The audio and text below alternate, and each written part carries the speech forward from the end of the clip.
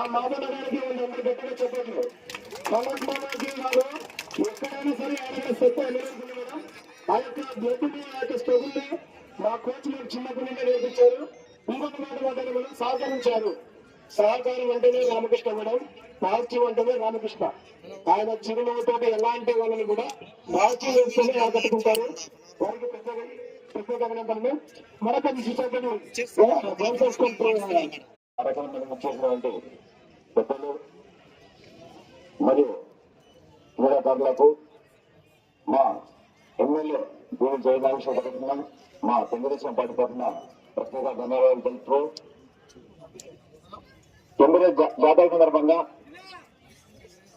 9వ నియోజకవర్గంలో ఒక ప్రత్యేకత చాటుకున్న మా టీవీ జయనారాయణ గారికి 9 ప్రజల తరఫున కూడా నేను ధన్యవాదాలు తెలుపుతున్నాను. ఎందుకంటే ప్రతి కార్యక్రమం స్టార్టింగ్ ఫస్ట్ క్రికెట్ నుంచి స్టార్ట్ అయింది జాతర. అది 40 రోజులు జరిగింది. దాని తర్వాత ఫుట్బాల్ జరిగింది, కబడ్డీ జరిగింది, వాలీబాల్ జరిగింది, మహిళా కబడ్డీ కూడా జరిగింది, రేలా జరిగిన అన్ని కార్యక్రమాలు కూడా అన్ని సక్సెస్ఫుల్ గా ఆ దేవుని వల్ల అన్ని సక్సెస్ఫుల్, అన్ని ఏ చిన్న సంఘటన జరగకుండా జరగడం మా ఎమ్మెల్యే గారి తరఫున చాలా సంతోషంగా దీన్ని భావిస్తున్నాం. ఎందుకంటే ఎమ్మెల్యేలోనే మా టీవీ జయనారాయణ గారు లేకపోవడం చాలా ఈ కార్యక్రమంలో చెప్పుకోవడం చాలా బాధాకరం. అన్ని కార్యక్రమాలకు వచ్చారు, స్టార్టింగ్ అయితే చేశారు కానీ ముగింపులో మా ఎమ్మెల్యే గారు లేరు. అది మాకు చాలా బాధ అనిపించింది.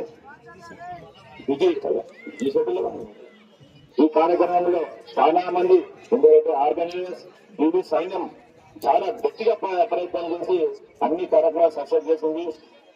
అదే మాదిరిగా ఈ కార్యక్రమంలో అన్ని కార్యక్రమాలకు దాదాలకు కూడా మా ఎమ్మెల్యే భూమి జయనారాయణ తరఫున ధన్యవాదాలు తెలుపుతూ, ఎందుకంటే ఏదేదో చెప్పారు, ఎందుకంటే ఆ విషయం చెప్పలేదు కానీ చెప్పాల్సి వస్తుంది.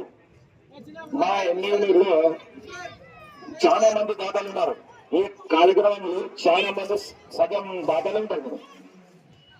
ఎందుకంటే ఈ ఎమ్మెల్యే కూడా ఆ ఆస్తి అనుకునే కార్యక్రమం చేయడు. ప్రతి దాతలతోనే ఈ కార్యక్రమం నడుపుతాము. అదే మాదిరిగా మేము కూడా ఈసారి మేము కూడా జరిపాం. అంతే చేయడం జరుగుతుంది. మంచి ఆర్గనైజేషన్ కనిపించింది నాకు. నేను అనుకున్నా, నేను ఎగ్జామ్ పెడుతున్నాను ఏమంటే నేను చెప్పకుండానే ఒక్క టైంకి మొత్తం అందరం గ్రౌండ్ ఖాళీ చేపించేసి ఎగ్జామ్ కండక్ట్ చేసుకునేటట్టు నాకు సహకరించిన మీకందరికీ కూడా ధన్యవాదాలు. ఎందుకంటే ఎందుకపోతే టెన్షన్ పడ్డా, ఇంతమంది ఉంటారు కదా, వీళ్ళని ఎట్లా నేను చెప్పాలి, ఏం చేయాలి అని.